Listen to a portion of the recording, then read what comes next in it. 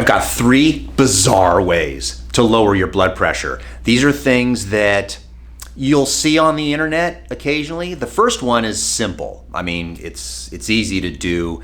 It's just a little bit off the beaten path. The second one is something everyone's doing, it seems, and you already know the answer to the second one. But the third one may surprise you because it's probably not exactly what you want to hear. So let's go. Number one. Number one is just take supplements that lower your blood pressure. Now, the funny thing about drugs is that you could definitely over-medicate and you could lower your blood pressure to whatever you want. You want 120/80? We can just hand you 4 or 5 drugs that can make it happen. The problem is it's so artificial that it becomes unnatural and you get a lot of side effects from it.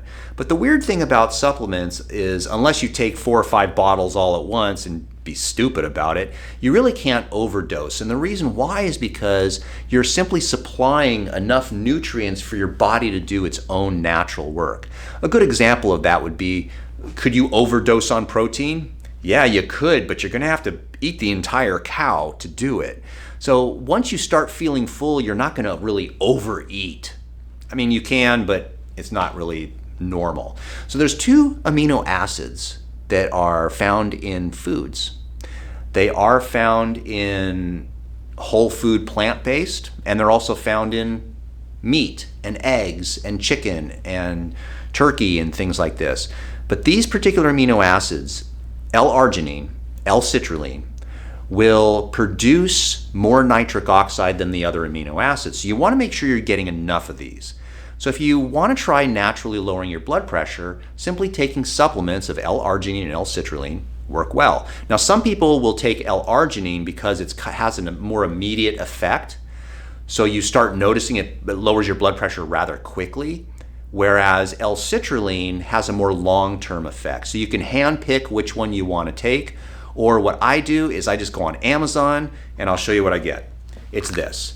This is from Nature's Pure Blend. It's nitric oxide flow. This stuff is the jam. This stuff is awesome. You get it on Amazon. I'll put a link down below in the description if you want to do it. And I just take 2 tablets at nighttime. Very simple. This company also comes with has a product that's a drink. So if you don't like taking tablets, you can make it into a drink.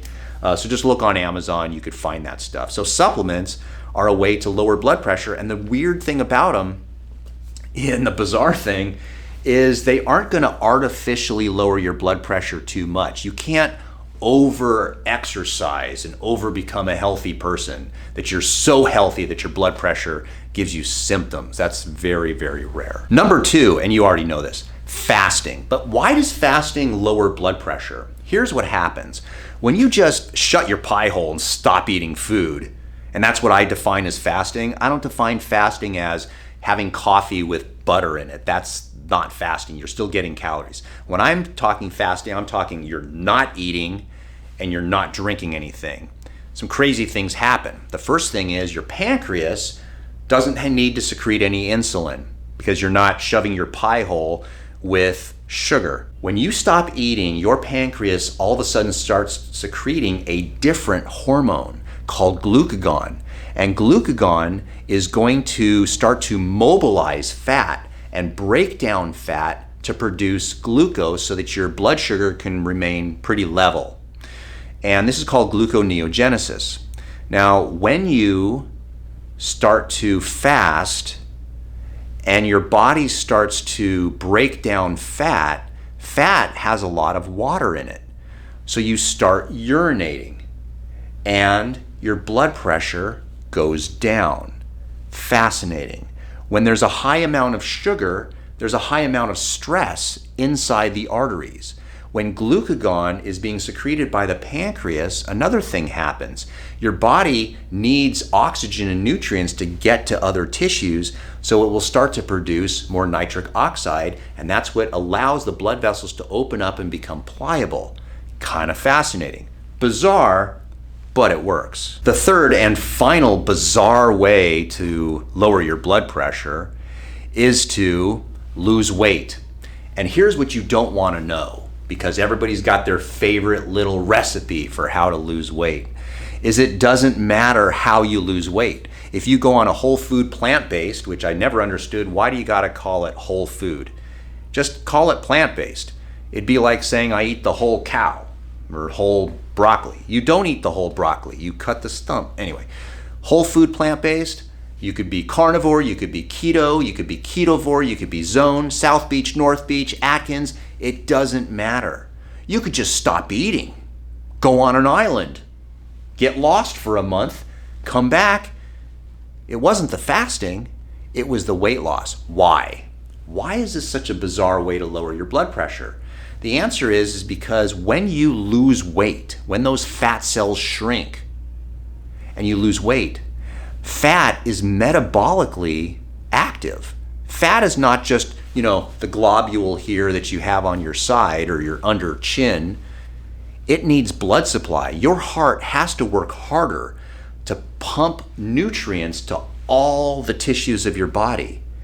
If you're 270 pounds and you lose 100 pounds and now you're only 170 pounds, that's so much less strain on the heart that the blood pressure goes down.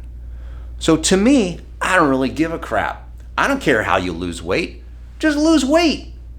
It's that simple. So you've got your supplements that you need to take that can immediately and pretty well lower your blood pressure and in a very safe way. You could just stop eating and fast.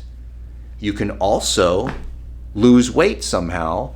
And all those three reasons are bizarre ways to lower your blood pressure. Stuff's good stuff. Get it on Amazon. Link down below.